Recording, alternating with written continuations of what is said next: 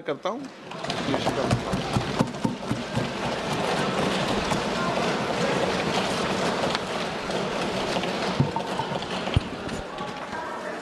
माननीय अध्यक्ष जी, मैं आपके प्रति आभार व्यक्त करना चाहता हूं कि इस महत्वपूर्ण विषय पर आपने मुझे बोलने का मौका दिया। माननीय अध्यक्ष जी, इस विषय पर चर्चा के लिए सत्र की शुरुआत में 2 दिन गतिरोध भी हुआ। इससे एक प्रकार की गैर समझ, गलत धारणा जनता के बीच में पड़ी कि हम लोग ये चर्चा नहीं चाहते। माननीय अध्यक्ष जी, मैं स्पष्ट करना चाहता हूं, संसद ये देश का चर्चा का सबसे बड़ा पंचायत है और हम भाजपा वाले, एनडीए वाले चर्चा से कभी नहीं भागते। कोई भी मुद्दा हो, संसद के नियमों के अनुसार चर्चा के लिए हम तैयार रहते हैं। हमने 2 दिन तक विपक्ष के चर्चा करी कि इसको बाद में किया जाए, 2 सत्र बाद में किया जाए, मगर नहीं माने। हमने हाँ भर दी। मेरा दायित्व है मान्यवर कि हमने क्यों ना बोली थी।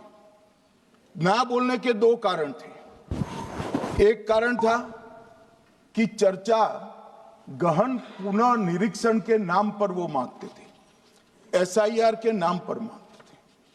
मान्यवर, मेरा बहुत स्पष्ट मत है कि एसआईआर पर इस सदन पे चर्चा नहीं हो सकती, क्योंकि गहन पुनः निरीक्षण की जिम्मेदारी भारत के चुनाव आयोग की है। भारत का चुनाव आयोग और चुनाव आयुक्त ये सरकार के तहत काम नहीं करते। अगर जब चर्चा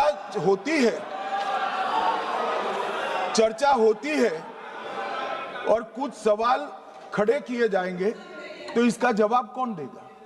मान्यवर, जब उन्होंने कहा कि हम चुनाव सुधार पर चर्चा करने के लिए तैयार है, हम तुरंत मान गए और आज चुनाव सुधार पर ही चर्चा हुई। मान्यवर, लगभग 63 प्लीज मान्य दादा बीमार हो, मैं समझ रहा हूं, मगर बीमार ज्यादा हो तो घर पे रहा करो, यहां सदन का माहौल मत बिगाड़िए। मान्यवर, 63 सदस्यों ने प्लीज ऐसे माहौल ठीक रहना चाहिए। व्यक्तिगत बात है मेरी और दादा के बीच में, माहौल ठीक रहना चाहिए।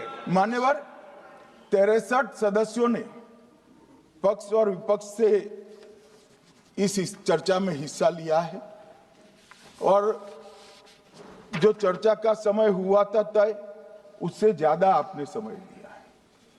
इसलिए भी मैं आपका धन्यवाद व्यक्त करना चाहता हूं।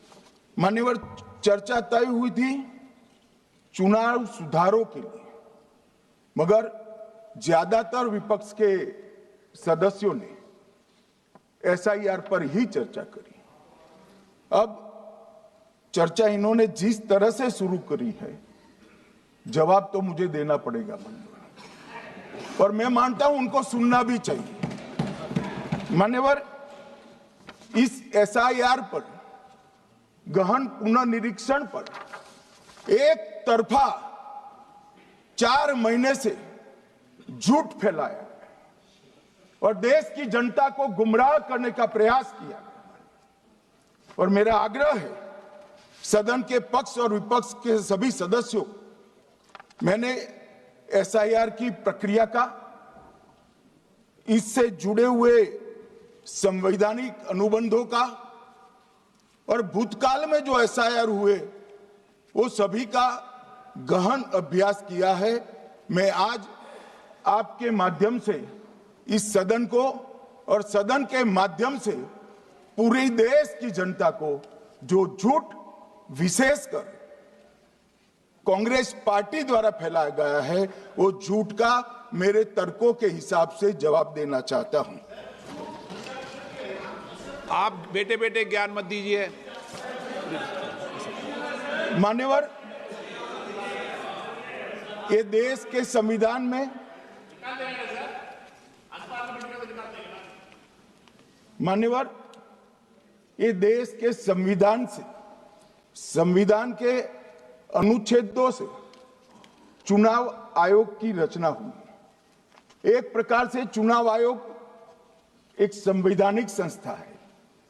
संविधान के अंदर चुनाव आयोग का गठन, उसकी शक्तियां, चुनावी प्रक्रिया, मतदाता की परिभाषा और मतदाता सूची को तैयार करने और उसके सुधारने के लिए की शक्तियां, इसके बारे में स्पष्ट प्रावधान किए गए। और मान्यवर, बड़ी विनम्रता से मैं बताना चाहता हूं कि प्रावधान जब किए गए तब हमारी पार्टी बनी ही नहीं थी। हमारी पार्टी के अलावे जो लोग हैं, इन लोगों ने संविधान सभा में चर्चा कर कर संविधान को बनाया था। इसलिए ये पूरी चुनाव की प्रक्रिया जो संविधान के अंदर व्याख्यायित की गई है और आज जो हो रहा है, ये दोनों के बीच में क्या अंतर है और आरोप क्या है, इसको मैं जवाब देना चाहता हूं। माननीय, फ्री एंड फेयर चुनाव कराने का हमारा संविधान ने जिम्मेदारी चुनाव आयोग की तय की। मतदाता सूची बनाने की और मतदाता सूची में सुधार करने की जिम्मेदारी भी चुनाव आयोग को दी। अनुच्छेद संविधान के भाग 15 में अनुच्छेद 324, इसमें चुनाव आयोग का गठन, चुनाव आयुक्त की नियुक्ति, लोकसभा, राज्यसभा, विधानसभा, उपराष्ट्रपति और राष्ट्रपति, ये सभी चुनाव का संपूर्ण नियंत्रण संविधान ने चुनाव आयुक्त को दिया है। और चुनाव आयुक्त एक से ज्यादा हो तो इलेक्शन कमिश्नर को दिया है। अब 325 जो अनुच्छेद है, वो किसी भी पात्र मतदाता को मतदाता सूची से बाहर नहीं रखा जाता, इसका प्रावधान करता है। मगर 326 एक गहन पुनर्निरीक्षण के लिए, एसआईआर के लिए बहुत महत्वपूर्ण है। क्या है 326 मान्यवर? इन्होंने मतदाता की पात्रता, योग्यता और मतदाता होने की शर्तें आर्टिकल 326 में तय की है। और वो शर्तें क्या है? सबसे पहली शर्त है कि मतदाता भारत का नागरिक होना चाहिए, विदेशी नहीं होना चाहिए। ये सबसे पहली शर्त है। और ये कह रहे हैं कि चुनाव आयोग क्यों ये कर रहा है? भाई, इसका दायित्व है, इसलिए कर रहे हैं। दूसरी है 18 साल से ज्यादा आयु का व्यक्ति मतदाता बन सकता है। तीसरा, वैधता का निर्धारण मानसिक असमर्थता, अपराध और भ्रष्टाचार में संलिप्तता के लिए जो कानून ने समय समय पर तय किया है, इसके पर। तो ये 3 पात्रताओं के आधार पर भारत के मतदाता होने की बात तय होती है। और ये 3 चीजें किसने देखनी है मान्यवर? चुनाव आयुक्त को देखनी है। Chief election commissioner, election commission, मतलब चीफ इलेक्शन कमिश्नर और कमिश्नर्स ने देखनी है। और 327 में मतदाता सूची, सीमांकन, चुनाव संचालन और उसके लिए कानून बनाने की सिफारिश संसद को करने की सत्ता चुनाव आयोग को दी है। कल हमारे सदस्य मनीष तिवारी कहते थे गहन पुनर्निरीक्षण का इनको अधिकार ही नहीं है। आर्टिकल 327 पूर्ण अधिकार देता है कि मतदाता सूची इस व्याख्या के आधार पर बनाने का अधिकार चुनाव आयोग को है। मान्यवर, अब एसआईआर पर ही सवाल उठा दिए। मान्यवर, इन्होंने कहा कि एसआईआर आज क्यों हो रहा है। मैं इनको थोड़ा इतिहास और मान्यवर एक नई फैशन हो गई है, इतिहास बताते हैं तो नाराज हो जाते हैं कि आप इतिहास मत बताइए। अरे भला कोई भी प्रक्रिया, कोई भी देश, कोई भी समाज इतिहास को छोड़कर कैसे आगे बढ़ सकता है? इतिहास कोई भी समाज का महत्वपूर्ण अंग है। मान्यवर, हमारे लोकतांत्रिक इतिहास की शुरुआत 1952 से हुई, तो सबसे पहला गहन पुनर्निरीक्षण SIR कब हुआ? 1952 में। SIR की क्या जरूरत है वो कहते हैं, इसलिए मैं कहता हूं। तो उस वक्त प्रधानमंत्री कौन थे? जवाहरलाल नेहरू। किस पार्टी से थे? कांग्रेस पार्टी से। दूसरा कब हुआ? 1957 में, फिर जवाहरलाल नेहरू प्रधानमंत्री थे, कांग्रेस पार्टी से थे। तीसरा हुआ 61 में, उसमें भी जवाहरलाल नेहरू प्रधानमंत्री थे और कांग्रेस पार्टी थे। 65-66 में भी हुआ, एक ही गहन पुनर्निरीक्षण 2 साल में हुआ। उस वक्त भी श्री लाल बहादुर शास्त्री प्रधानमंत्री थे, कांग्रेस पार्टी थे। 83-84 में हुआ, इंदिरा जी थी। 87-89 में हुआ, राजीव गांधी थे।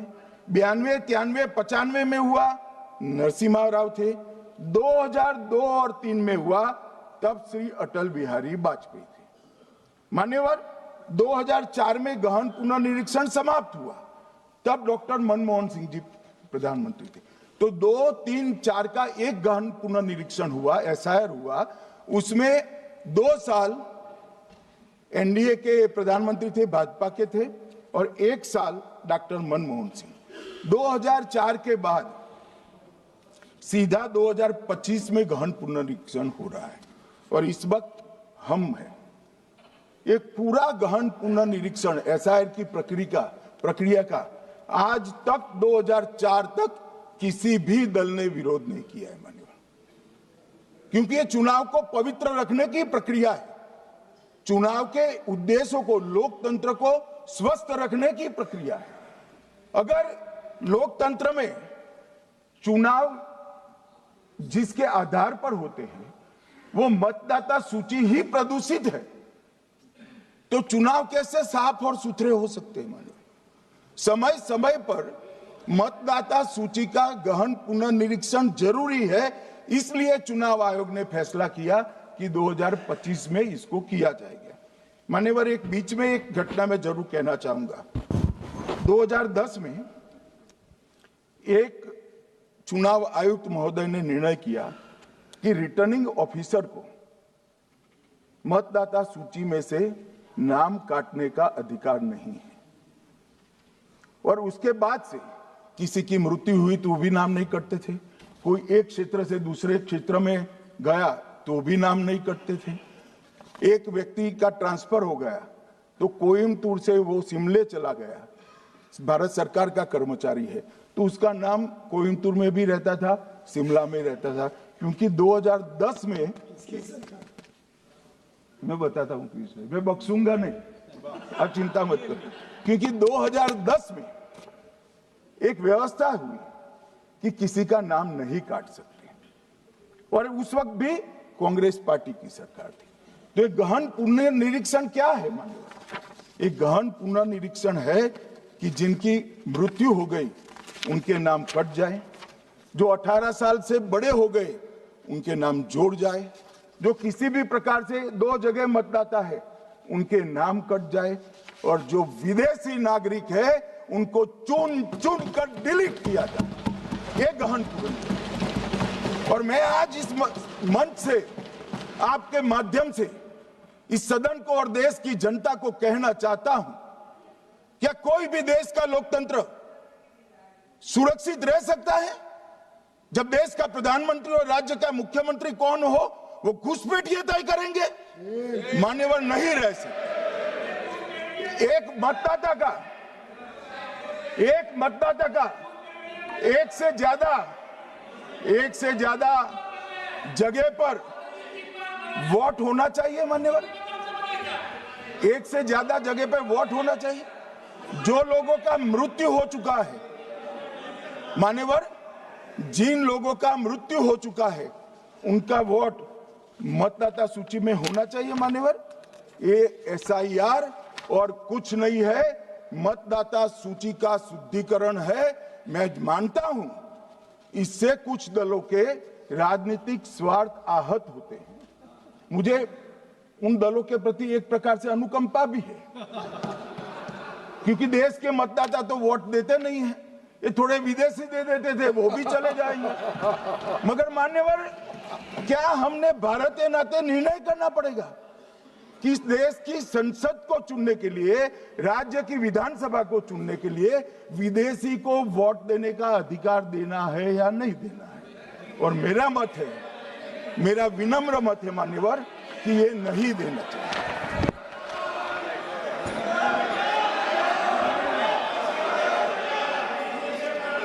दादा बैठ जाइए प्लीज प्लीज।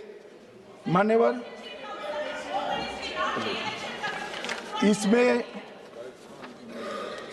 इसमें कानूनी स्थिति का प्रश्न नहीं है। अभी सांसद महोदया बोला कि इलेक्शन कमीशन का अधिकार नहीं है। लाल बाबू हुसैन 1995 में एक वाद हुआ मान्यवर, भारत की सर्वोच्च अदालत तक वो वाद पहुंचा। लाल बाबू हुसैन बनाम मतदाता रजिस्ट्रेशन ऑफिसर 1995 में इसका जजमेंट आया और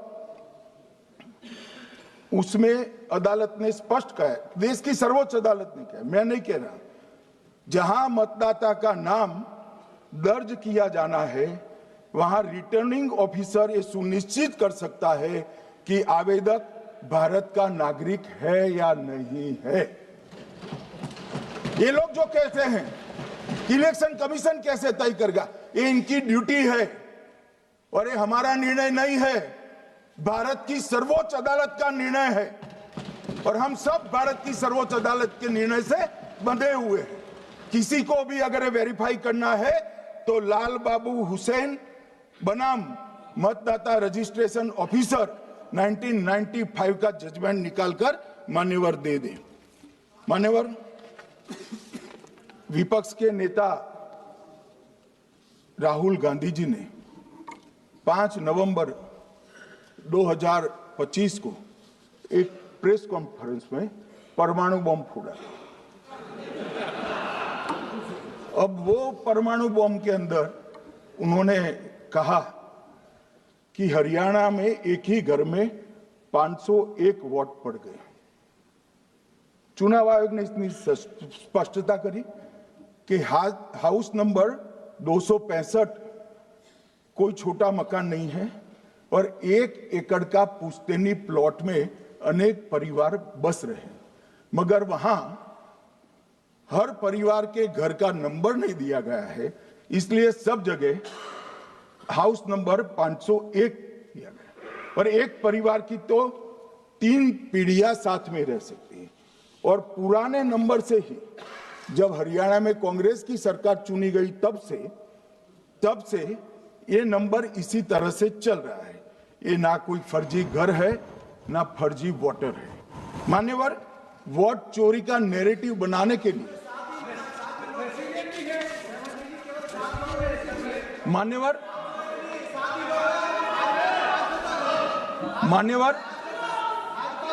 बिहार में भी मेरा भाषण पूरा हो जाने दो।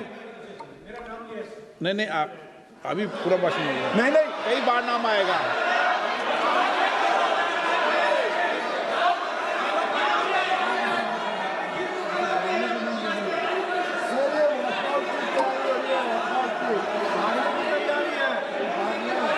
माननीय सदस्य,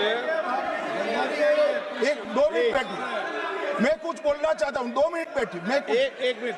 माननीय सदस्य, 1 मिनट। मान्यवर, मेरा विपक्ष के नेता से एक निवेदन है कि 2 मिनट सुन ले मुझे, बाद में उनको बोलने का मौका दीजिए। मान्यवर, 2 मिनट। मान्यवर, मेरा आपसे विनम्र निवेदन है, मैं आधी रात तक बैठने के लिए तैयार हूं, मुझे कोई आपत्ति नहीं। मेरा भाषण समाप्त हो जाए, अरे सुनिए ना भाई, सुनो ना, 2 बड़े बोलते हैं तब बीच में नहीं बोलते। मान्यवर, मेरा भाषण समाप्त हो जाए। प्लीज, नहीं, मान्यवर, मेरा भाषण समाप्त हो जाए बाद में, इसमें जितने भी मुद्दे विपक्ष के नेता खड़े करेंगे, मैं मेरी मर्यादा में इसका जरूर जवाब दूंगा, मुझे कोई आपत्ति नहीं है। मेरा विनंती इसलिए है मान्यवर,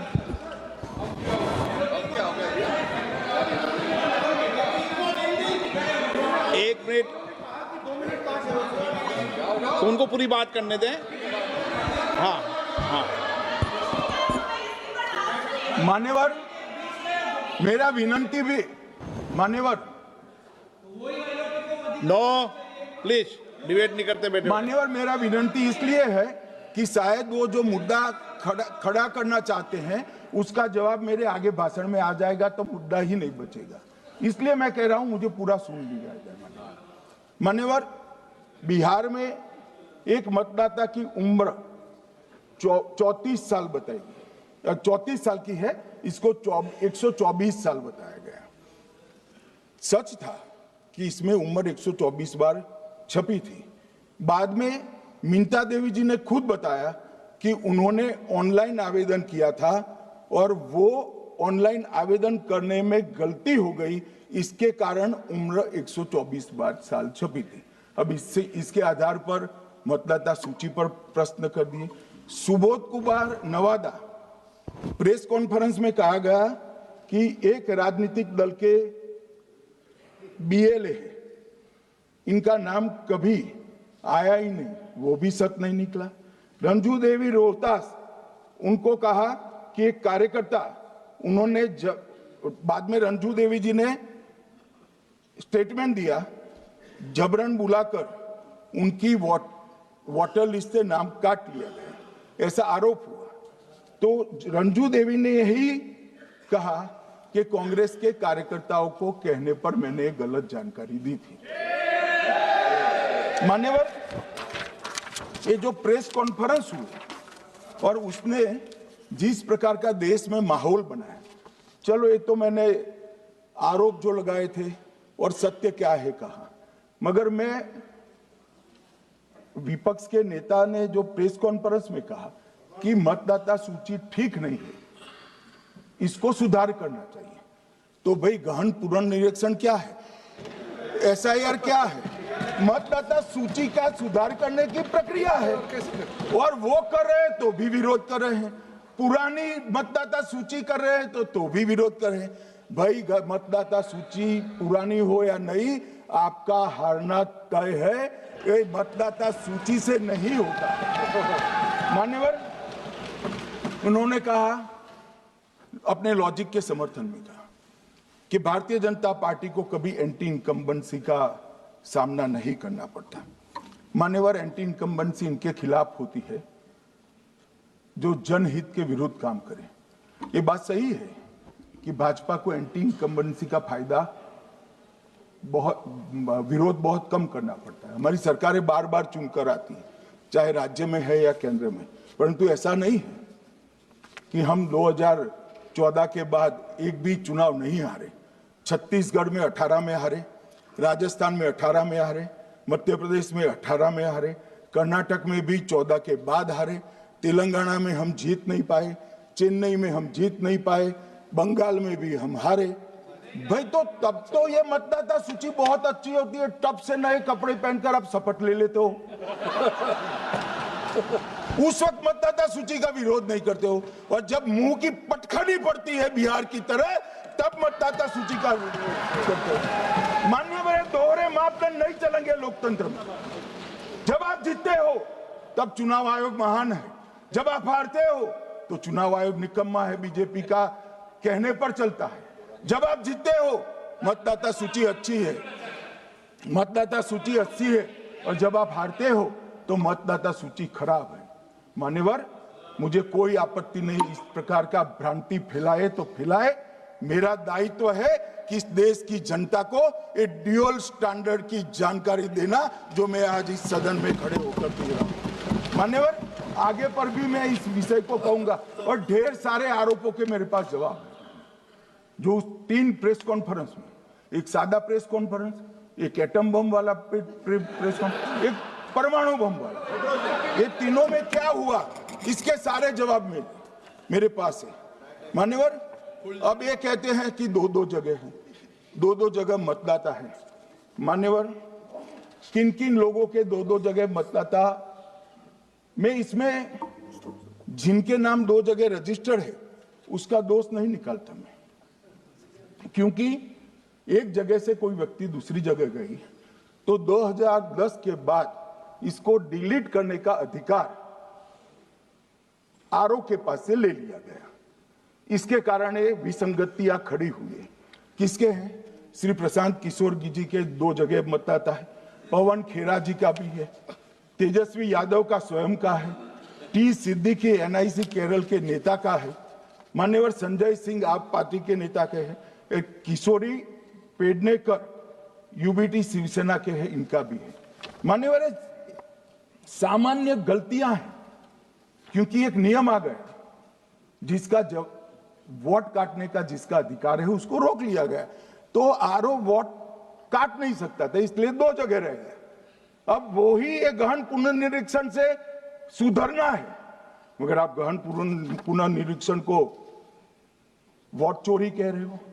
मान्यवर, वोट चोरी किसको कहते हैं वो मैं बताना चाहता हूं, और हमारे यहां कुछ परिवार ऐसे हैं जो पूछते नहीं वोट चोरी करते। अच्छा, बोलिए आप। हाँ, बोले आप, बोले। हाँ, बोले आप, बोले। स्पीकर सर, मेरा कल एक सवाल था, जो हिंदुस्तान के इतिहास में पहली बार डिसीजन लिया गया कि इलेक्शन कमिश्नर्स को फुल फुल इम्यूनिटी दी जाएगी। ठीक है, ये है ना, इसका जवाब इसका पीछ में खत्म नहीं किया सर। इसके पीछे जो थिंकिंग थी वो हमें सबसे पहले बताएं। ठीक है। दूसरी बात, नहीं, हरियाणा की जहां इन्होंने बात की, इन्होंने एक उदाहरण लिया, वहां पर अनेक उदाहरण हैं। वो भी आपने दिया था ना, 19 वो भी आपने दिया था, इसलिए दिया वो भी। 19 लाख वहां पे फेक लोग, वो उदाहरण आपने दिया था, इसलिए उसका जवाब दिया। और ये भी हमें बता दीजिए, actually let us have a debate on my press conference. Let us go. Let us have very good idea. Let us have a debate on my press conference. Amit Shah ji, I challenge you to have a debate on the 3 press conferences. Please. ठीक है, बैठ जाइए, बैठ जाइए। माननीय, please माननीय, आपने बात की थी, प्लीज।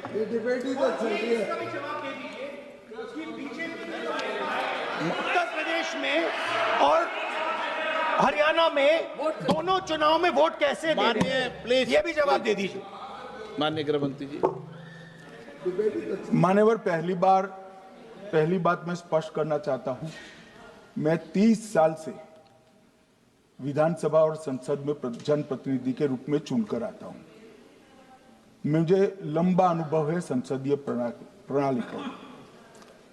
विपक्ष के नेता महोदय कहते हैं कि पहले मेरी बात का आप जवाब दीजिए, मैं सुनना चाहता हूं। आपकी मुनसफी से संसद नहीं चलेगी, मेरे आप बोलने का क्रम मैं तय करूंगा, इस तरह से नहीं चलेगी संसद।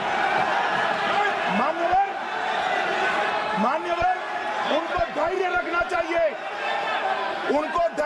चाहिए, मेरा जवाब सुनने का। इनकी एक बात का जवाब मैं दूंगा, मगर मेरे भाषण का क्रम वो तय नहीं कर सकते, मैं करूंगा, क्योंकि मैं बोल रहा हूं।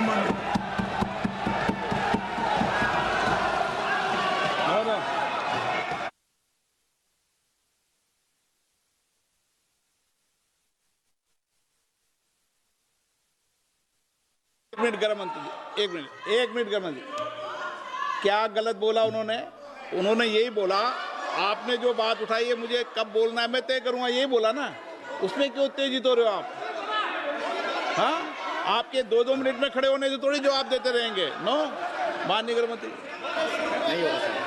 मैं आपको फिर मौका दूंगा, आपको।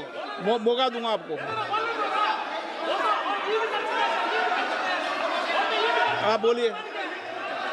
बोलिए सर, ये बोलिए। आपने अगर अमित शाह जी का रिस्पांस देखा तो ये कंप्लीटली डिफेंसिव रिस्पॉन्स है, ये घबराया हुआ रिस्पॉन्स है, ये डरा हुआ रिस्पॉन्स है। अब सुनिए पूरी बात, प्लीज प्लीज ये माननीय नो सच्चा रिस्पॉन्स नहीं है।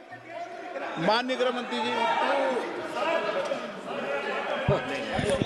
मान्यवर आपके चेहरे पर बैठो बैठो, मान्यवर आपके चेहरे पर चिंता की लकीरें मैं देख रहा हूं कि मैं क्या बोलूंगा। मैं उनके उकसावे में नहीं आऊंगा, मैं मेरे विषय पर बोलूंगा। मान्यवर, मैंने इतना ही कहा कि मैं मेरे भाषण का क्रम मैं तय करूंगा। मेरे भाषण का पहले क्या बोलना, बाद में क्या बोलना, मैं तय करूंगा। और मैं मानता हूं कि हर एक वक्ता का ये अधिकार है, उनका भी है, मेरा भी है। कल वो बोल रहे तो हम ऐसा थोड़ी ना बोले आप झूठ क्यों बोल रहे हो, हम नहीं बोले, नहीं बोल सकते साहब। वो माननीय विपक्ष के नेता है, वो बोल सकते अपना भाषण। मान्यवर, और मैंने तो ये भी कहा मेरा पूरा भाषण छूट कर कुछ बच जाता है तो आप पूछिएगा, मैं जवाब दूंगा। मगर अब धैर्य भी चाहिए और सुनना भी चाहिए, दोनों चीजें करनी पड़ती है। मान्यवर, वोट चोरी का कोहराम बचा। मैं वोट चोरी किसको कहते हैं वो बताना चाहता हूं। वोट चोरी के 3 आयाम हैं। एक तो मतदाता नहीं है, मतलब योग्यता नहीं है, और आप वोटर बन जाते हो तो वोट चोरी माना जाएगा। दूसरा, आप गलत प्रकार से चुनाव जीतते हो तो वोट चोरी माना जाएगा। और तीसरा, जनादेश को डिफाई करते हो, मतलब वोट के विपरीत आप कोई पद प्राप्त कर लेते हो तो भी एक प्रकार से वोट चोरी होता है। अरे सुनो ना, क्यों जल्दबाजी करते हो मानिकम, क्यों? अब मैं 3 वोट चोरी की घटनाएं बताना चाहता हूं। सबसे पहली घटना हुई, आजादी के बाद देश का प्रधानमंत्री तय करना था। तय कौन करना था? तो उस वक्त के जितने प्रांत थे इसके कांग्रेस के अध्यक्षों ने, उनके एक एक वोट से तय होना था। अब 28 वोट श्री सरदार पटेल को मिले और 2 वोट जवाहरलाल नेहरू जी को मिले।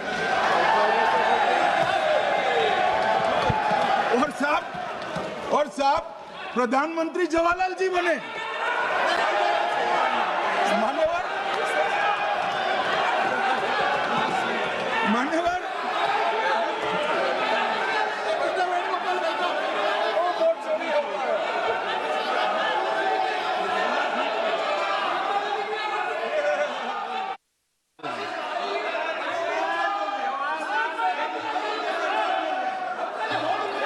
प्लीज माननीय गृह मंत्री जी, माननीय गृह मंत्री जी, प्लीज।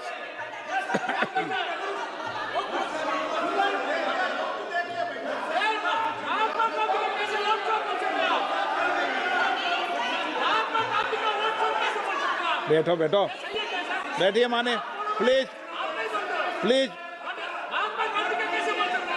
प्लीज।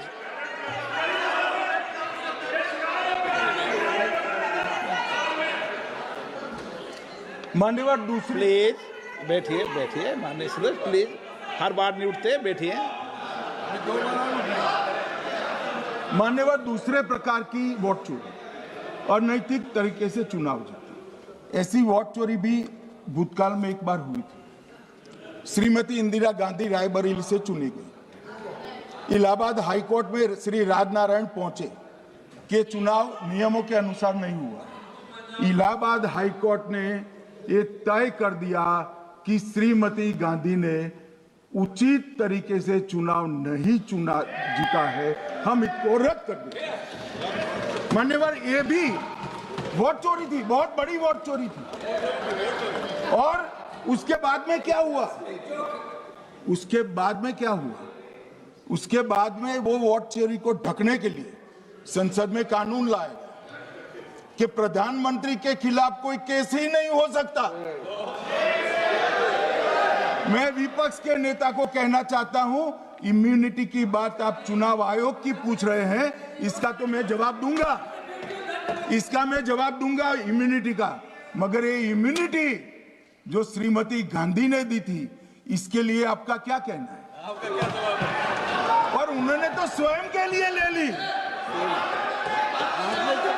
उनका आरोप है।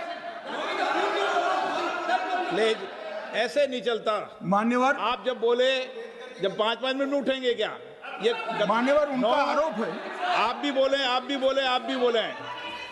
नौ गलत, एक मिनट में सदस्य नहीं उठेगा ना। मान्यवर, उनका आरोप है कि सरकार ने बनाया तो लोकतंत्र ने बनाया, तो जो समय का केस था वो बताया है, आगे का तो बताया। मोदी जी को भी सब लोगों ने प्रधानमंत्री बनाया है भाई, आपकी कृपा से नहीं बने हैं। मान्यवर,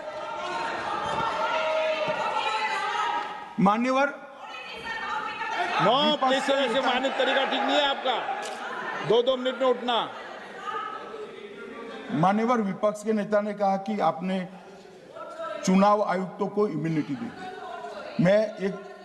इनका आरोप सत्य नहीं है, मैं इसकी बात बाद में करता हूं, परंतु हमने तो चलो मानो चुनाव आयुक्त को इम्यूनिटी दी, श्रीमती गांधी ने तो अपने आप को इम्यूनिटी दी। और फिर जब ये संवैधानिक सुधार के वायरस चैलेंज हुए तो वो केस जीतने के लिए 2, 3 और 4 नंबर के सर्वोच्च न्यायालय के जज को बाईपास कर चौथे नंबर के जज को चीफ जस्टिस बनाया और वहां केस भी जीत लिया। और मान्यवर, ये तो इतिहास है, कौन झुठला सकता है? इनको कोई पढ़ाता नहीं है इतिहास, ये तो इतिहास है, सर्वोच्च अदालत और संसद के रिकॉर्ड में रखा हुआ इतिहास है।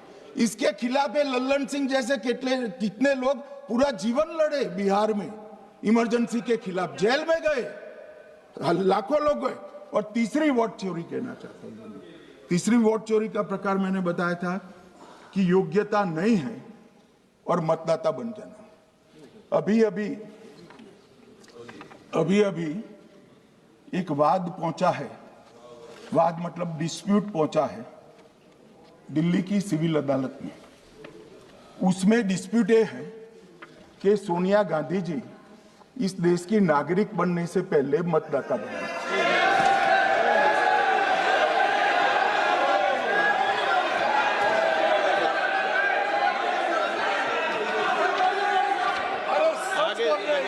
आगे सुनो, बोल क्या रहे, पूरी बात तो सुनो। मान्यवर,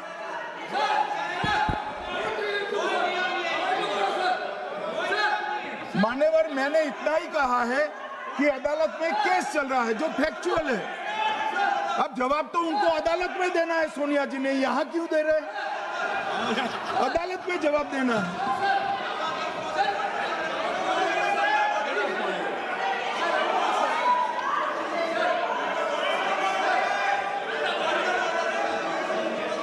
बीच के भाषण में पॉइंट ऑफ ऑर्डर नहीं होता। नहीं है सर, मुझे याद है जो माननीय सदस्य नहीं है, ये 352 ये रहा, 352 टेबल पे रहता है, मुझे वहां याद है 352। Home Minister is speaking about an issue which is pending in a court. Actually, what happens is, Rosavalli Court,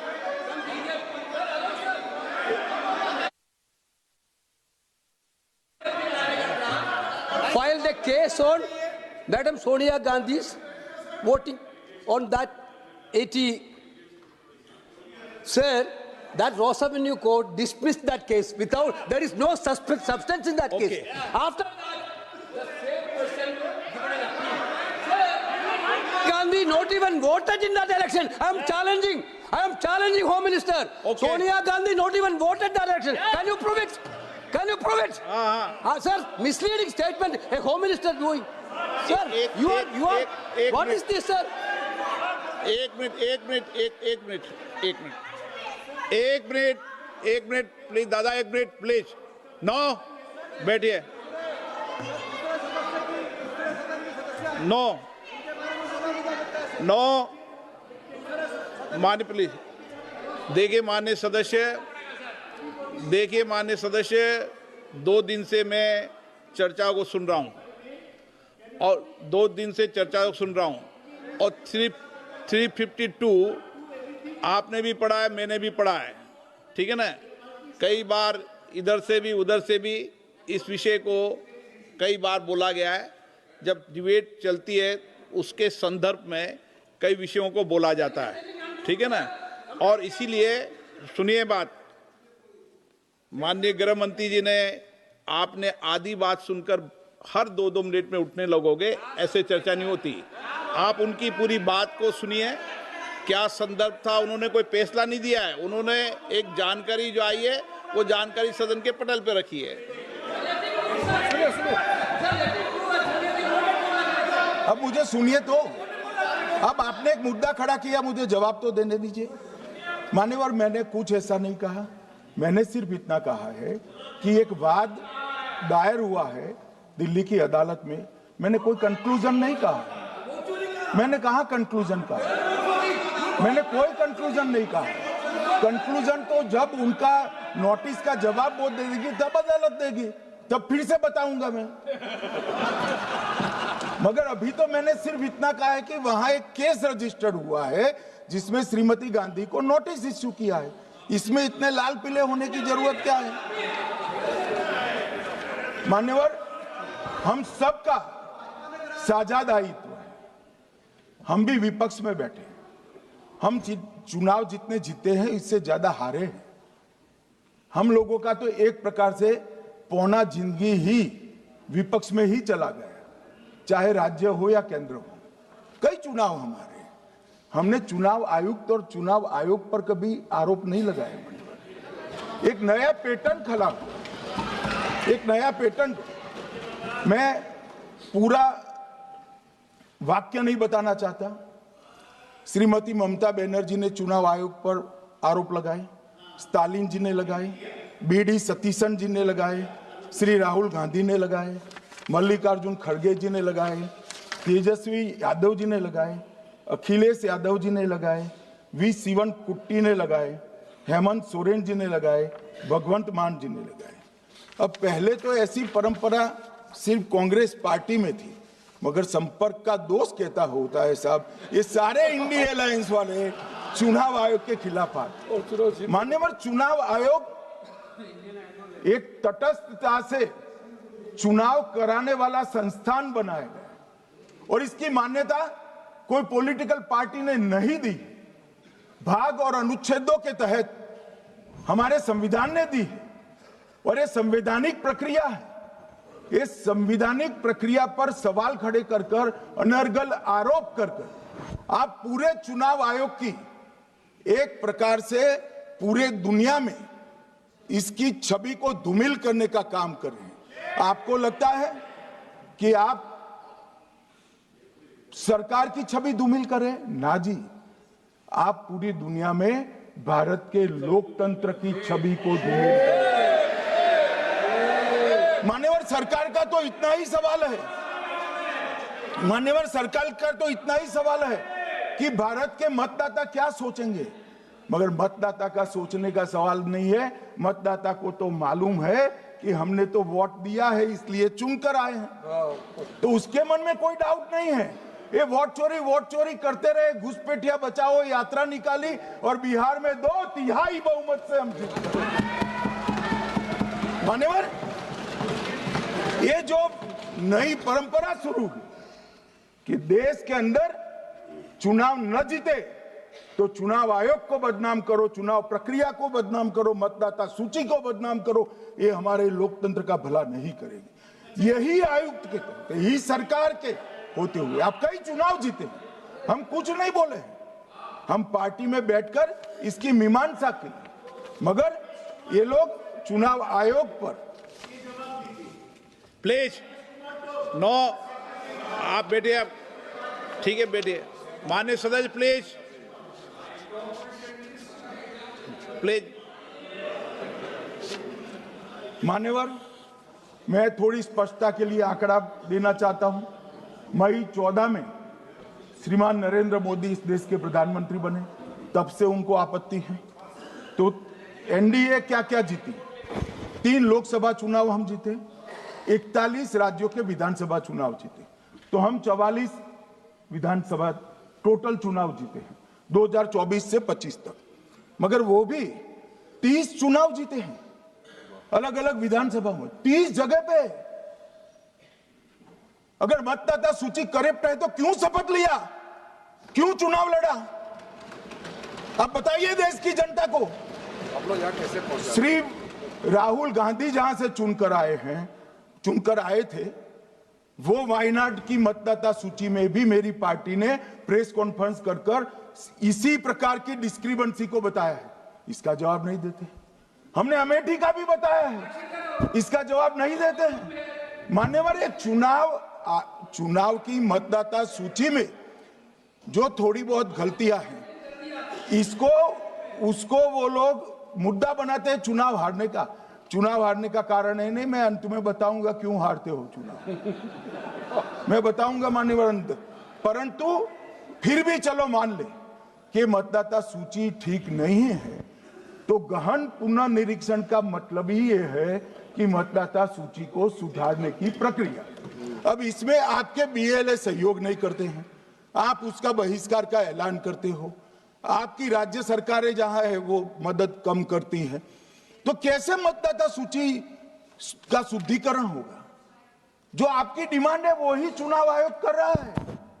आपकी डिमांड है कि मतदाता सूची ठीक हो, वो चुनाव आयोग कर रहा है। मगर हुआ क्या है मान्यवर मालूम है? इनको अब अगर प्रेस में कोई पत्रकार उनको पसंद ना आए ऐसा सवाल पूछते हैं तो तुम बीजेपी के एजेंट हो ऐसा कहते हैं। मान्यवर, सवाल जो भी हो उसको लेना चाहिए। मान्यवर, पत्रकार कभी बीजेपी का एजेंट नहीं होता है, मगर आप अगर ऐसा मानते हो कि लोकतंत्र में आपको पसंद आए ऐसे ही सवाल पत्रकार पूछे तो ये नहीं हो सकता। इमरजेंसी नहीं है भाई, इमरजेंसी नहीं है। मान्यवर, एक प्रेस में कोई सवाल पूछता है तो कहते हैं बीजेपी के एजेंट हो, केस हारते हैं तो जज पर आरोप कर देते हैं, चुनाव हारते हैं तो ईवीएम पर आरोप करते हैं, ईवीएम की दलील अब गले नहीं उतरती तो वोट चोरी का मुद्दा लेकर आए, वोट चोरी का मुद्दा लेकर पूरा बिहार में यात्रा निकाली, फिर भी हार गए। अब हारने का कारण आपका नेतृत्व है, ये हारने का कारण ईवीएम और मतदाता सूची नहीं। और अगर ये मानते हैं मान्यवर, अगर ये मानते हैं कि इनको कोई पूछने वाला नहीं है, भगवान करे मैं गलत पड़ जाऊं, कांग्रेस के कार्यकर्ता इनका हिसाब मांगेंगे। एक दिन कांग्रेस के कार्यकर्ता इनका हिसाब मांगेंगे कि इतने चुनाव कैसे हार गए। मान्यवर, कोई जज आजादी के इतने साल में नहीं हुआ है मान्यवर कि कोई जज एक जजमेंट दे तो जज के खिलाफ इंपीचमेंट लेकर आते हैं। अपनी वोट बैंक को एड्रेस करने के लिए इंपीचमेंट लेकर आते हैं मान्यवर। और ये सारे ने तो साइन कर दिया, साथ ही साथ उद्धव जी ने भी साइन कर दिया। उद्धव जी, जजमेंट क्या है? एक पहाड़ी पर मान्यता है कि हाँ सबसे ऊपर दिया जलाया जाए। मान्यवर, एक वोट बैंक को संभालने के लिए एक हाईकोर्ट के जज के सामने इंपीचमेंट लेकर आए हैं। देश की जनता उनको मदद नहीं करे।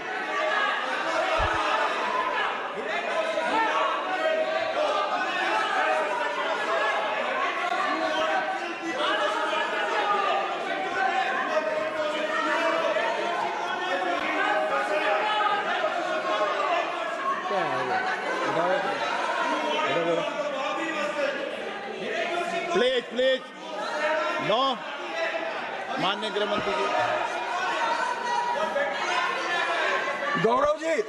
गौरव जी बैठ जाइए, नया मुद्दा शुरू हो रहा है। प्लीज, अरे भैया प्लीज मेरी बात सुनो ना। माननीय गृह मंत्री जी, माननीय गृह मंत्री जी, माननीय गृह मंत्री जी, नया मुद्दा शुरू हो रहा है, फिर से खड़ा होना। आप बैठ जाइए प्लीज। नो, ये तरीका नो। मणिकम जी प्लीज बैठिए। नो। ये तरीका ठीक नहीं है। ले बैठे बैठे बैठे। हर आपको ज्यादा समस्या है क्या हर 2 मिनट में खड़े होने की? हर 2 मिनट में खड़े होने की समस्या है क्या आपको लोगों? बैठिए, ऐसे नहीं चलेगा। मान्यवर, 2014 के बाद अरे दादा ये भी बैठ गए, अब बैठ जाओ। मान्यवर, 2014 के बाद हारने की परंपरा शुरू हुई। हारने की परंपरा शुरू होने के बाद हाँ जीते ही है, मगर हारने की भी परंपरा हुई है। मान्यवर, हारने की परंपरा शुरू करने के बाद इन्होंने सबसे पहले ईवीएम को निशाना बनाया। आज मैं आपके माध्यम से सदन को और सदन के माध्यम से देश की जनता को बताना चाहता हूं, ईवीएम कौन लेकर आया इस देश में? मान्यवर, कौन लेकर आया? 15 मार्च 1989 को जब राजीव गांधी इस देश के प्रधानमंत्री थे, तब ईवीएम लाने का कानूनी बदलाव किया गया था। अब राजीव गांधी के ईवीएम के कानून का भी विरोध कर रहे हैं। मान्यवर, इसके बाद में अरे सुनो ना क्या प्रक्रिया हुई। इसके बाद में ईवीएम के खिलाफ किसी ने याचिका करी। इस देश की सर्वोच्च न्यायालय के 5 जजों ने बैठकर ईवीएम के कानूनी बदलाव को 2002 में उचित ठहराया। मानो राजीव गांधी को भी नहीं मानते, सर्वोच्च अदालत को भी नहीं मानते हैं। फिर 98 में मध्य प्रदेश, राजस्थान और दिल्ली, इसमें सिर्फ 16 विधानसभाओं में इसका ट्रायल लिया गया। कितना केयरफुल है ये भी बताता हूं। हुडा बैठो, ये भी कितना केयरफुली चुनाव आयोग आगे बढ़ा है। मध्य प्रदेश, राजस्थान और दिल्ली, ये राज्यों की सिर्फ 16 विधानसभा में इसका ट्रायल लिया गया। हर प्रकार से चेक कर ईवीएम का उपयोग सबसे पहली बार पूरे देश में 2004 में हुआ। 2004 का महत्व है माननीय, सबसे पहले 2004 में हुआ। पूरे लोकसभा चुनाव हमारे समय में ईवीएम का उपयोग हुआ। लाए राजीव गांधी, वहां से लेकर 2004 तक। और 2004 के चुनाव में कौन जीता भाई? वो जीत गए। उस वक्त ईवीएम की चर्चा बंद।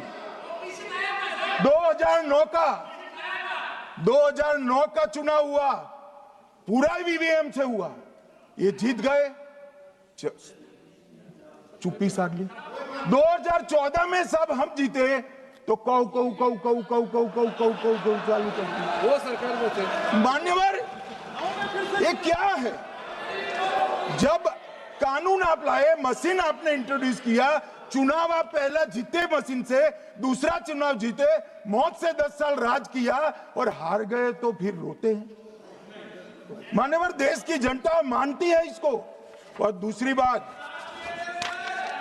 बात, जब चुनाव आयोग को भी लगा कि सच्चे झूठे आरोप होते हैं, तो इस पर रिसर्च की एक प्रक्रिया हुई। मानिएगा 5 साल रिसर्च के बाद वीवीपीएटी की इंट्रोडक्शन हुआ।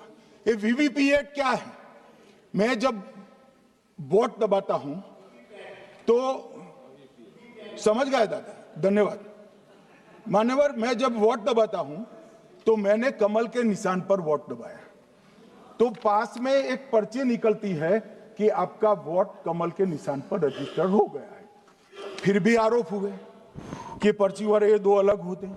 तो चुनाव आयोग ने निर्णय किया कि 5% ईवीएम और वीवीपैट के परिणाम कंपेयर होंगे। तो मशीन खुला, इसमें 396 वोट मिले। तो वीवीपैट में कितने वोट मिले? तो 396 है या नहीं है, ये 5% मशीनों में मिलता है। मान्यवर, मैं आंकड़े लेकर आया हूं चुनाव आयोग को पूछकर आज कि कितने वीवीपैट और मशीन का मिलान नहीं हुआ। आज तक 16,000 मशीन और वीवीपैट का मिलान हुआ है, एक भी वोट का बदलाव नहीं।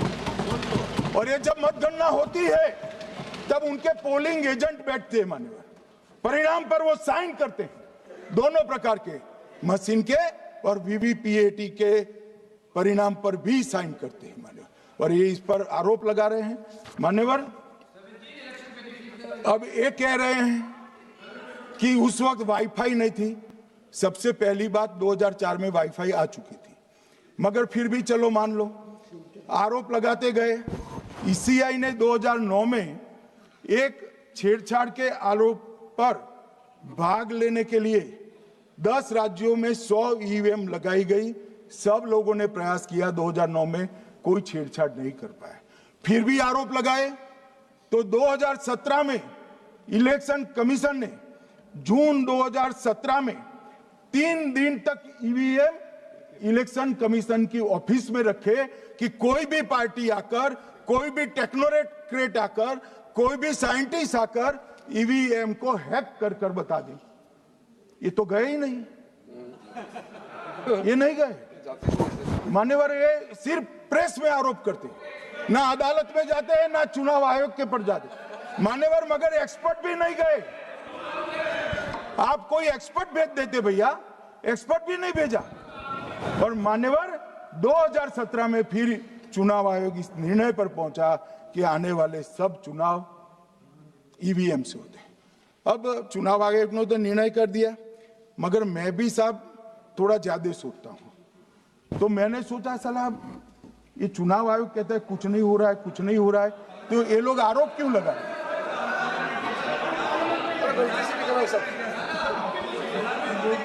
मान्यवर मेरे शब्द कोई ऐसे हो तो काट दीजिए। काट दिया राहुल जी।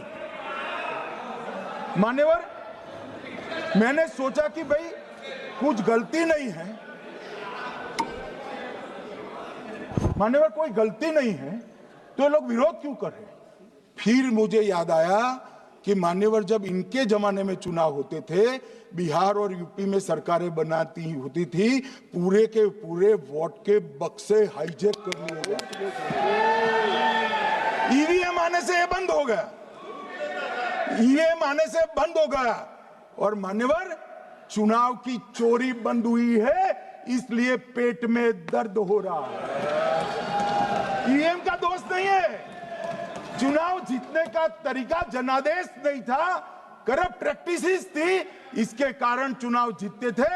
अब आज ये पूरे एक्सपोज हो चुके हैं। जब जनादेश पर चुनाव होता है तो आप जीत सकते हो, जीतो, स्वागत है उसका, मगर जब हारते हो तो अन्य कारण बताना, जैसे पहले मैंने कहा ऐसा बताना, ये ठीक नहीं है।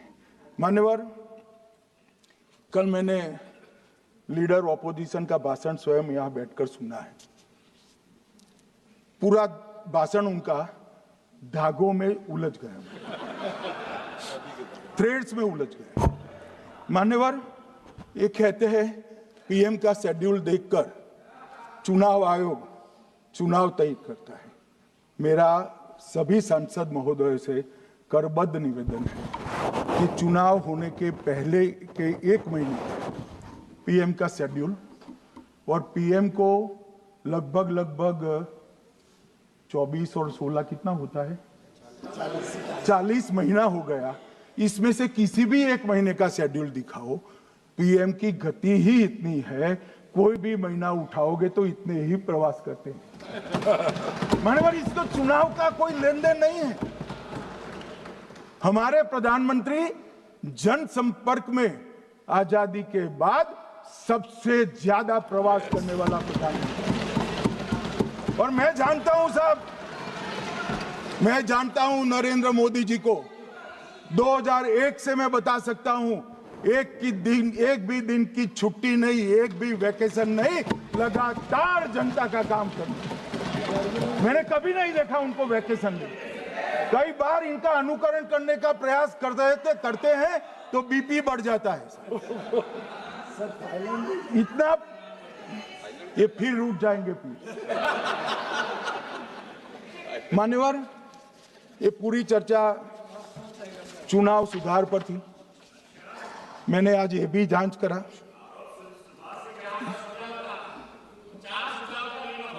सुनो ना, जरा धैर्य रखो भाई। मान्यवर मैंने आज सुबह चुनाव आयोग के वहां जांच कराई। जांच मतलब कोई गोपनीय चीज नहीं पूछी है, आप इसका इशू मत बने। मैंने ये पूछा कि चुनाव सुधार के लिए मई 2014 के बाद कौन सी पार्टी से कितने आवेदन आपको मिले, क्योंकि चुनाव सुधार जो करना है इसकी प्रक्रिया क्या है मान्यवर। चुनाव सुधार सभी राजनीतिक दलों के साथ चर्चा कर चुनाव आयोग भारत सरकार के विधि मंत्रालय को भेजता है और विधि मंत्रालय इसका कानून बनाकर संसद के सामने रखता है। ये प्रक्रिया है।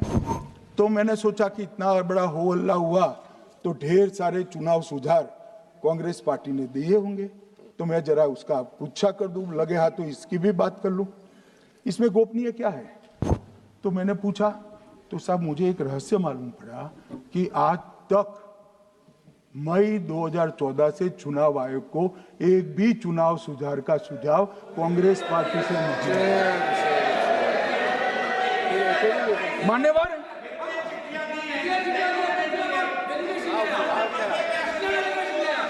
बैठे मैं बताता हूं मान्यवर। मैं जवाब पूछोगे क्या?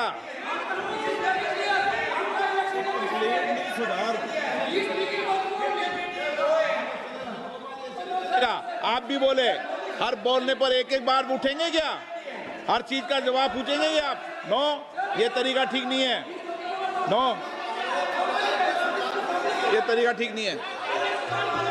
नो नो माननीय सदस्य, प्लीज बैठिए बैठिए बैठिए बैठिए बैठिए बैठिए बैठिए बैठिए अच्छी परंपरा रखें। ओके,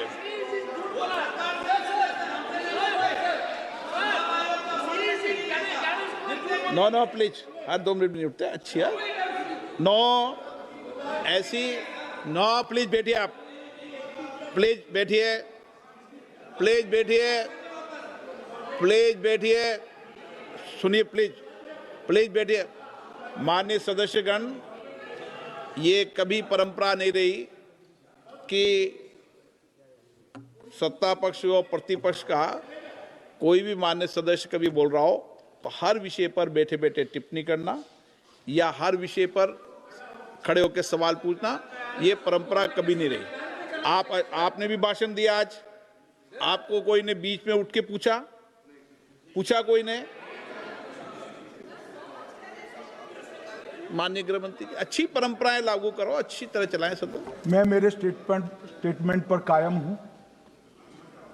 नरेंद्र मोदी सरकार बनने के बाद आज तक कांग्रेस पार्टी ने चुनाव आयोग को एक भी चुनाव सुधार का प्रपोजल नहीं दिया। मान्यवर, ये कई बार मिलने गए हैं, मैंने उनका प्रेस कॉन्फ्रेंस भी देखा है। उनका प्रेस कॉन्फ्रेंस था चुनाव प्रक्रिया के अंदर उनका जो डिस्प्यूट है वो ऑन गोइंग इलेक्शन में इसको रजू करने का। चुनाव सुधार जो होता है, चुनाव के पहले चुनाव के नियम जो तय होते हैं, इसके लिए सभी दलों को बाकायदा पत्र लिखा जाता है और कोई मांगे तो उसको समय भी देना पड़ता है। ये दो अलग चीज है। माननीय गृह मंत्री, मान्यवर, 1 मिनट गृह मंत्री। माननीय सदस्यगण, सदन का समय माननीय गृह मंत्री जी के वक्तव्य की समाप्ति तक बढ़ाया जाता है। माननीय गृह मंत्री जी। मान्यवर, कर विपक्ष के नेता ने 3 सवाल पूछे थे और 4 सुझाव दिए थे। पहला सवाल था मुख्य न्यायाधीश को चुनाव आयोग चयन समिति से बाहर क्यों निकाला गया, पहला सवाल था। दूसरा सवाल था दिसंबर 2003 में कानून बदलकर चुनाव आयोग को पूर्ण प्रतिरक्षा क्यों दी गई। और तीसरा शार्प क्वेश्चन था सीसीटीवी फुटेज 45 दिन में नष्ट करने का कानून क्यों लाए। कानून नहीं लाए हैं, सर्कुलर चुनाव आयोग ने इश्यू किया है, मगर ठीक है, हार्द मैं समझ रहा हूं, ये क्यों कर रहे हैं। ये 3 इसके जवाब थे। मान्यवर, मैं इसमें से सबसे पहले सवाल का जवाब देना चाहता हूं। मान्यवर,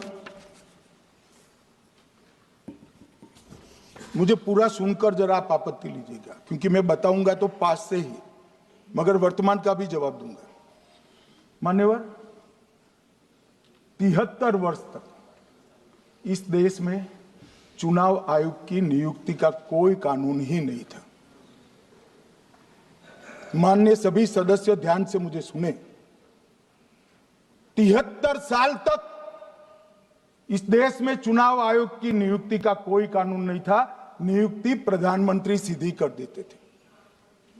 और मान्यवर, मैं आज ये पूरे देश को बताना चाहता हूं कि टोटल अब तक जितने चुनाव आयुक्त हुए और जितने मुख्य चुनाव आयुक्त और चुनाव आयुक्त, ये सभी इसी प्रकार से हुए। अब 2003 के कानून पर मैं बाद में आता हूं। 1950 से 1989 चुनाव आयोग एक सदस्यीय था। प्रावधान क्या था? कोई कानून नहीं था। प्रधानमंत्री जी फाइल भेजते थे राष्ट्रपति जी को और राष्ट्रपति जी नोटिफिकेशन बाहर नहीं करते। तो भाई उस वक्त बरोबर चुनाव था,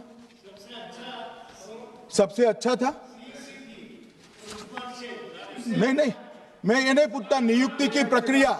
मान्यवर, पूरा उनका 55 साल प्रधानमंत्री जी ने ही चुनाव आयुक्त को नियुक्त किया, तब तक कोई सवाल नहीं था। और नरेंद्र मोदी करते हैं तो उन पर सवाल उठाते हैं, मगर हमने तो ऐसा भी नहीं किया। मान्यवर, फिर 89 से 91, जब 89 में चुनाव आयुक्त उनकी सुनते नहीं थे, तो पहली बार उस पर ब्रेक लगाने के लिए चुनाव आयोग को बहुत सदस्यीय बनाया गया। ये बिहार के चुनाव के कारण ही हुआ, परंतु वो भी प्रधानमंत्री की फाइल से ही अपॉइंट होते हैं। और मान्यवर, 21 चुनाव आयुक्त, कमिश्नर और मुख्य चुनाव आयुक्त, और 21 और 29 इस प्रकार से हुए जिसमें कोई प्रधानमंत्री जी ही रखते थे। कांग्रेस पार्टी ने ही ये परंपरा बनाई थी, कानून भी कांग्रेस पार्टी ने बनाया था। मगर आज आरोप करना है इसलिए आपने चुनाव चोरी कर लिया, चुनाव चोरी कर लिया, चुनाव चोरी कहने से कुछ नहीं होता। जनता हमको सुनती है भाई, और हम जवाब भी देते हैं। मान्यवर, ये 50 से लेकर 2023 तक कोई कानून नहीं। बाद में 2023 में एक अनूप बरनवाल बनाम भारत सरकार मुकदमा हुआ। उसमें सुप्रीम कोर्ट ने कहा कि भाई चुनाव आयुक्त की नियुक्ति थोड़ी पारदर्शी होनी चाहिए। सुझावी था, ऑर्डर नहीं था। हमारे सॉलिसिटर जनरल ने वहां कंसेंट दी, तो उन्होंने कहा कि भाई हमें कानून बनाने में थोड़ी देर लगेगी और हमें इस पर कंसल्टेशन भी करना पड़ेगा, चुनाव आयोग से भी करना पड़ेगा। तो उन्होंने कहा ठीक है, अगर आप सहमत हैं, मैं जजमेंट और आर्गुमेंट पढ़कर अगर आप सहमत हैं तो जब तक कानून नहीं बनता, चीफ जस्टिस ऑफ इंडिया की अध्यक्षता में एक कमेटी बने और प्रधानमंत्री और विपक्ष के नेता इसके मेंबर। हमें कोई आपत्ति नहीं, हमने हाँ बोला सर, और विपक्ष के नेता भी थे, प्रधानमंत्री थे और सीजे। 2023 में कानून बन गया। कानून क्या बना? विपक्ष के नेता, प्रधानमंत्री तय करेंगे, वो एक मंत्री और स्वयं प्रधानमंत्री, ये 3 लोग बैठकर चर्चा कर मेरिट्स में चुनाव आयुक्त और मुख्य चुनाव आयुक्त की नियुक्ति करेंगे। मान्यवर, हमारे टाइम में तो और पारदर्शी, ये कह रहे हैं हमारा तो 33% ही हिस्सा है।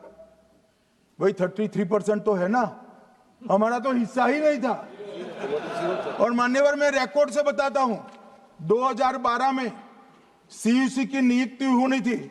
अडवाणी जी ने सुझाव दिया लिखकर कि एक प्रणाली बना जाए, नहीं बनाया और BS संपत जी को सीधा चुनाव आयुक्त बना दिया। उसके बाद में भी एक व्यक्ति कैसे है इसकी चर्चा है।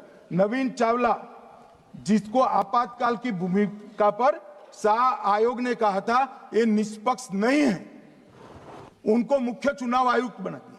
जबकि मुख्य चुनाव आयुक्त गोपाल स्वामी ने इनके खिलाफ पक्षपात के सबूत भी भेजे, खारिज कर दिया। मान्यवर, सुने नहीं, हमारे समय में ऐसा कभी नहीं हुआ है। हमारे समय पर विरोध होता है, मगर पक्षपात के सबूत किसने नहीं दिए हैं?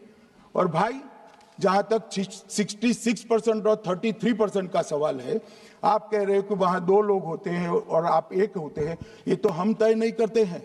140 करोड़ की जनता तय करती है कौन 66 होगा और कौन 33 होगा। यहां कौन बैठेगा वो तो 140 करोड़ लोग तय करते हैं। वो आपके लिए तय करोगे तो आप 66 हो जाओगे, मगर आप तो 100 रख कर गए थे, हमने उसको 33 दे दिया। मान्यवर, ये क्या सवाल उठाते? और वो समझते हैं कि मैं बोलता हूं तो बस ये ब्रह्म वाक्य होगा। ऐसे नहीं होता है मान्यवर, हर चीज के तर्क होते हैं। इनका जो भाषण तैयार करते हैं वो भी ठीक से नहीं करते, रिसर्च नहीं करते।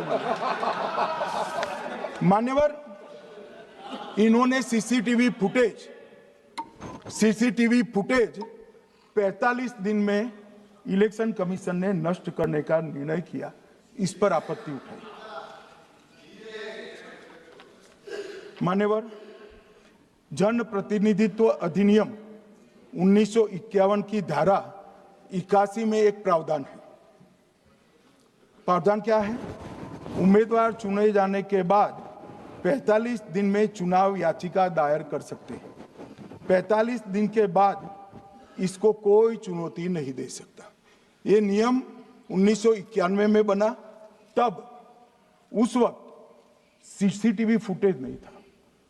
सीसीटीवी फुटेज बाद में चुनाव आयोग ने एक सर्कुलर से रूल्स में बदलाव कर ऐड किया।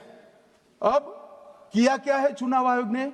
सीसीटीवी फुटेज का जो रिकॉर्ड है उसको जन प्रतिनिधित्व अधिनियम की 1951 की धारा 81 के साथ संरक्षित किया है, मतलब अलाइन किया है कि 45 दिन के बाद कोई डिस्प्यूट की प्रोविजन ही नहीं है एक्ट में, तो 45 दिन के बाद ये सीसीटीवी फुटेज क्यों रखना चाहिए? अब इतनी सादी समझ नहीं है सब। मैं क्या कर सकता हूं? सब समझ के कोई इंजेक्शन नहीं होते जो भ्रम से दे दिया। मान्यवर, ये धारा 81 1951 से है, मगर पहले पर्चियों से होते थे तो पर्ची के लिए थी। अब सीसीटीवी फुटेज का कैमरा आ गया तो सीसीटीवी फुटेज ऐड कर दिया। मान्यवर, उन्होंने कहा, और इस वक्त जब सीसीटीवी फुटेज जब प्रक्रिया में ऐड किया, तब स्पष्ट चुनाव आयोग ने कहा था कि सीसीटीवी रिकॉर्डिंग संवैधानिक दस्तावेज नहीं है, ये आंतरिक प्रबंधन है। किस चीज का आंतरिक प्रबंधन? कि चुनाव सीज होने के बाद कोई पुनः मतदान की अर्जी करता है कि भाई ये मतदान मथक में चुनाव ठीक नहीं हुआ, तो चुनाव आयोग जो निर्णय करता है वो सीसीटीवी फुटेज के आधार पर करता है। पहले मौखिक करता था, टेक्नोलॉजी आई, सीसीटीवी फुटेज स्वीकार कर लिया। अब ये आंतरिक प्रबंधन के लिए है मान्यवर। फिर भी चुनाव आयोग का जो निर्णय मैं बताता हूं, उन्होंने कहा सामान्य जनता को एक्सेस होना चाहिए। रूल्स बनाया गया है, सामान्य व्यक्ति सीसीटीवी फुटेज उच्च न्यायालय में जाकर 45 दिन के अंदर ऑर्डर करा सकता है। अब ये कहेंगे 45 दिन में जजमेंट नहीं आएगा, मगर उच्च न्यायालय इतना ऑर्डर कर सकता है कि ये सीसीटीवी फुटेज आप डिस्ट्रॉय मत करना। मान्यवर, राजनीतिक दलों को एक्सेस देने का उन्होंने प्रावधान करा है, तो वो चुनाव को चैलेंज करे राजनीतिक दल 45 दिन के अंदर। ऑटोमेटिक जो चुनाव चैलेंज होता है मान्यवर, उसका सीसीटीवी फुटेज नियमों से हम चुनाव आयोग रिजर्व कर देता है। मान्यवर, ये प्रक्रिया कुछ पढ़ते नहीं। इसके बाद पॉलिटिकल एजेंटों को एक्सेस होनी चाहिए। पॉलिटिकल एजेंट भी मान्यवर हाईकोर्ट से इसको प्राप्त कर सकता है। अब करते कुछ नहीं, एक भी ना हाईकोर्ट में अर्जी करी, ना चुनाव आयोग में करी, और सीसीटीवी फुटेज का बहाना लेकर बोलने लगे। अब इतने लाखों बूथों का सीसीटीवी फुटेज हर नागरिक मांगने लगा कोई कारण के बगैर, तो किस प्रकार से चुनाव आयोग दे सकता है? किस प्रकार से दे सकता है? यहां हुआ क्या है, सब प्राप्त करना चाहते हैं वो प्रेस कॉन्फ्रेंस करना। उनको लगता है कि मेरी प्रेस कॉन्फ्रेंस ये संवैधानिक प्रावधान के तहत होती है। ऐसा नहीं होता है। वे प्रेस कॉन्फ्रेंस जो करते हो जिन मुद्दों का, इसकी लीक कर अर्जी दे दो, टपक से मिल जाएगी सारी दिख, मगर अर्जी नहीं करते, कोर्ट में नहीं जाते हैं, चुनाव आयोग में नहीं जाते हैं, और चुनाव चोरी हो गया, चुनाव चोरी हो गया, चुनाव चोरी हो गया करते। मान्यवर, ऐसे नहीं चलेगा। इस देश को, लोकतंत्र को आप धूमिल नहीं कर सकते, और सबने सीखना चाहिए, और भाषण ढंग से तैयार करने का भी सीखना चाहिए। मान्यवर,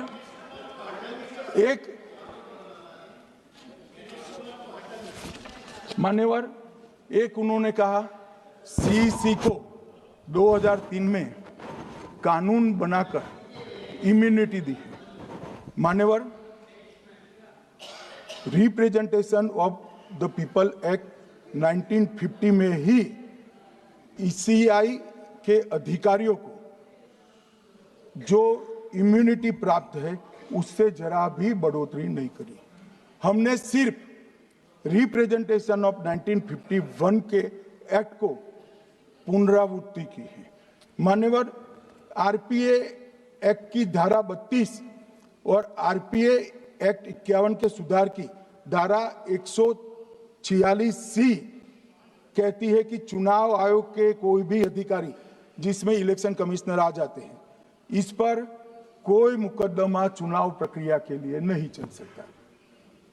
ये प्रावधान है मान्यवर, और वो प्रावधान को 23 के कानून में इसको भी हमने संरेखित किया है। मान्यवर, इतने सारे वकीलों को राज्यसभा दे रखी है, भगवान जाने क्या करते हैं सर, अपने नेता को ब्रीफ भी नहीं करते। मान्यवर, ये वाक्य आप निकाल सकते हैं, ये वाक्य निकाल सकते हैं। मान्यवर, अच्छा सुझाव दिया आपको।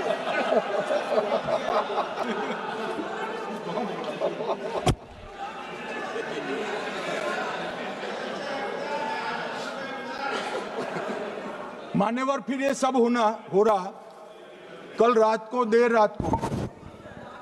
देर रात को मान्यवर, मैं मेरा भाषण तैयार कर लूं, तो मैंने अपने आप को पूछा कि ये सब इतना स्पष्ट है तो ये मुद्दा क्यों उठा रहे। मेरी समझ में अगर इतना पढ़कर आता है तो उन्होंने भी तो पढ़ा होगा। ये मुद्दा क्यों उठा रहे? मूल मुद्दा है अवैध घुसपैठियों को मतदाता सूची में रखने। इन लोगों ने मान्यवर,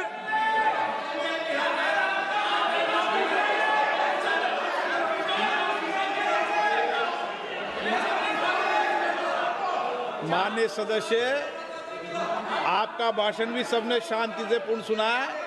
आप भी सुनने की सामर्थ्य रखो। नहीं, आप सुनने की सामर्थ्य रखो। नो, प्लीज बैठिए, प्लीज बैठिए, सुनो, पूरा भाषण सुनो। आप जब बोलते हैं तो इधर भी सुनते हैं, आप भी इधर भी बोलते हैं, इधर सुने। गृह मंत्री इलेक्शन रिफॉर्म के लिए बात बोलता सर।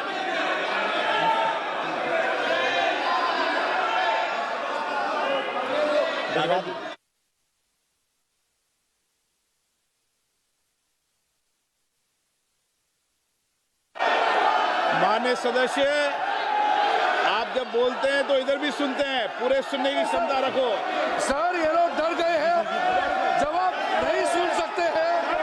इतना दिनों से देश के सामने में झूठ फैला करके इन्होंने गुमराह करके चर्चा मंगा। आज गृह मंत्री जी एक बात का जवाब दे रहे हैं, ये भाग गए, डर गए, सुन भी नहीं सकते ये। अगर ये सुन नहीं सकते हैं, इतना दिनों से संसद का समय बर्बाद क्यों किया? अगर सच्चाई नहीं सुन सकते तो इतना दिनों तक सड़कों पर संसद का समय लोगों को रंग फैला करके क्यों समय बर्बाद किया? ये दिखा रहे, हमको मालूम था ये भागने वाले हैं। सच्चाई को सुनना चाहिए, सच्चाई को सुनना चाहिए। और जब सच्चाई सामने में आया तो डर गए, सुनने का कैपेसिटी तक नहीं है और इतना गुमराह किया। पिछले सेशन का पार्लियामेंट सेशन इन्होंने तबाही किया, मानसून सेशन को भी इन्होंने बर्बाद किया इसी मुद्दे पर, और ये हमारे शीतकालीन समय को भी इन्होंने 2 दिन बर्बाद किया। आज बारीकी से जब बता रहे थे ये लोग भाग गए, ये तो ठीक नहीं है।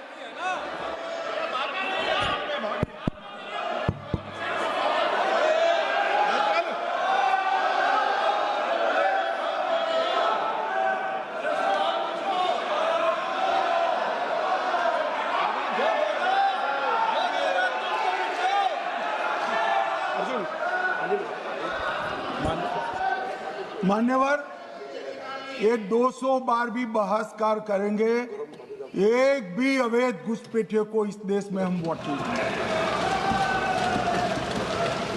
ये हमारे एनडीए का पॉलिसी है मान्यवर। डिटेक्ट मतलब ढूंढो, डिलीट करो, मतदाता सूची में नाम काटो और उनको डिपोर्ट करो। हम संवैधानिक प्रक्रिया कर कर डिटेक्ट, डिलीट और डिपोर्ट ये पूरा करेंगे। ये क्यों सदन छोड़कर भाग गए? मैं इनके सामने तो कोई बात भी नहीं कर रहा था, ना कांग्रेस पार्टी के सामने बात कर रहा था। मैं तो बात कर रहा था घुसपैठियों को देश के बाहर निकालने की। अब ये तो देखिए साहब, अगर मैंने इतने सारे आरोप करे श्री जवाहरलाल नेहरू पर, इंदिरा गांधी पर, इनके पिताजी पर, सोनिया जी पर, तब भागते तो लाजिम था। ये घुसपैठियों को लिए भाग गए क्योंकि उनकी हमारी पॉलिसी है डिटेक्ट, डिलीट और डिपोर्ट।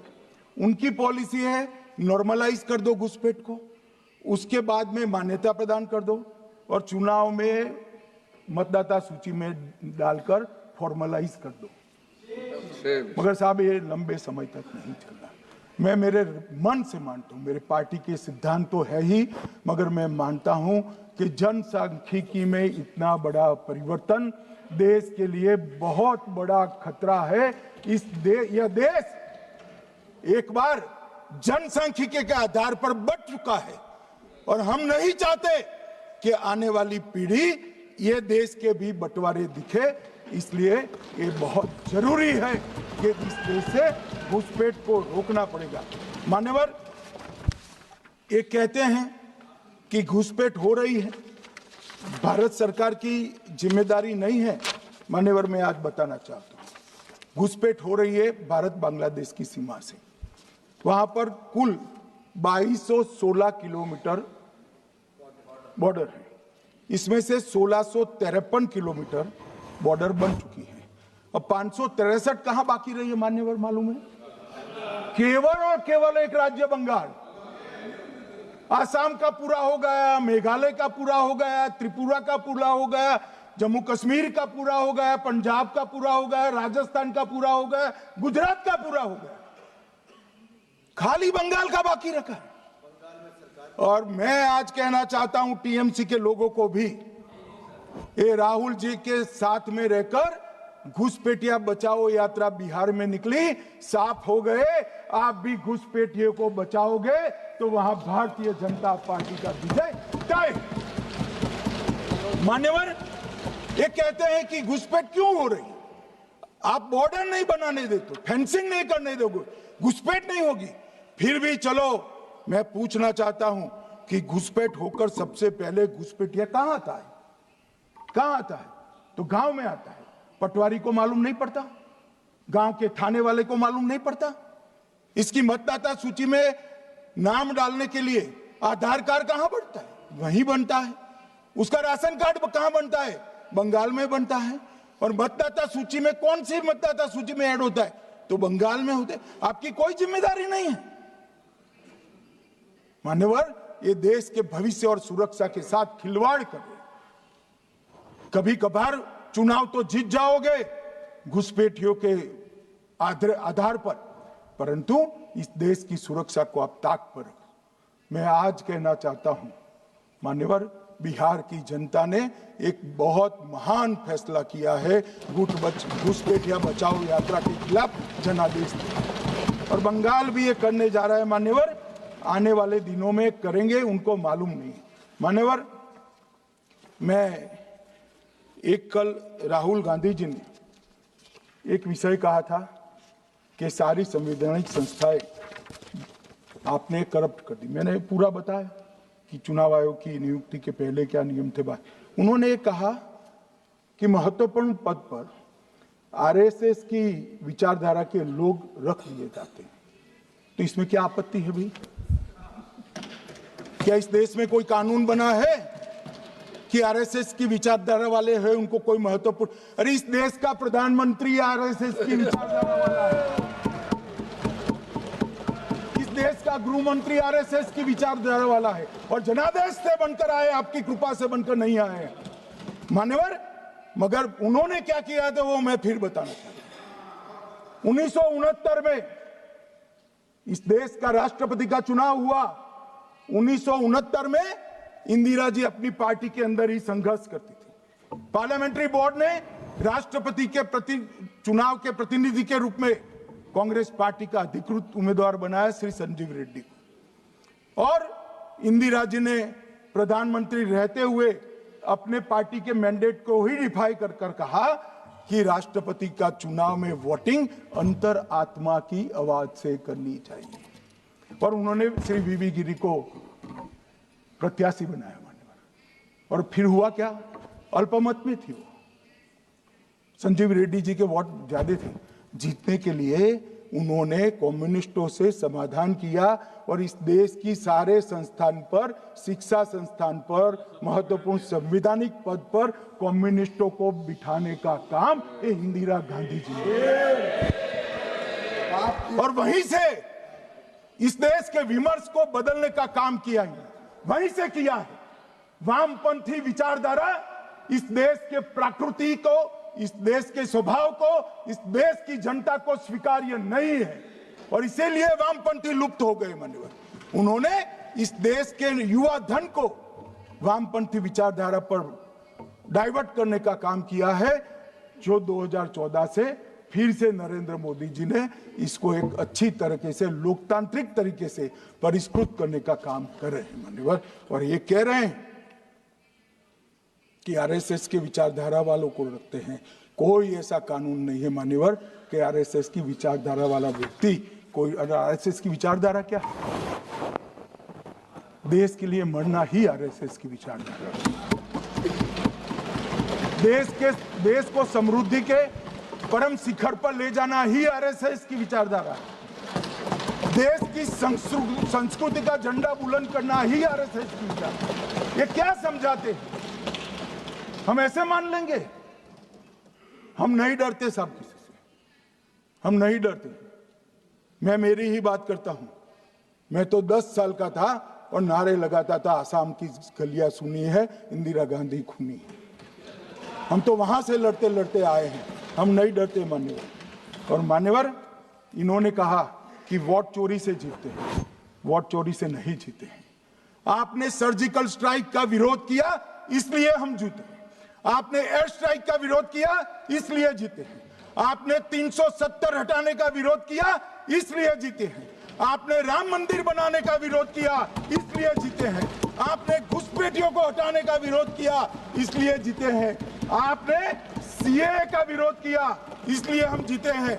आपने ट्रिपल तलाक हटाने का विरोध किया, इसलिए जीते हैं। और आप 1 नेशन 1 इलेक्शन का विरोध कर रहे हो, इसलिए हम फिर से जीते हैं मान्यवर। 60 करोड़ गरीबों के घर में इस देश के प्रधानमंत्री जी ने घर पहुंचाया, गैस पहुंचाया, पानी पहुंचाया, शौचालय पहुंचाया, 5 किलो अनाज मुफ्त पहुंचाया और 5 लाख तक की दवाइयां मुफ्त कर दी। क्या समझते हैं कि वोट चोरी कर जीते हैं?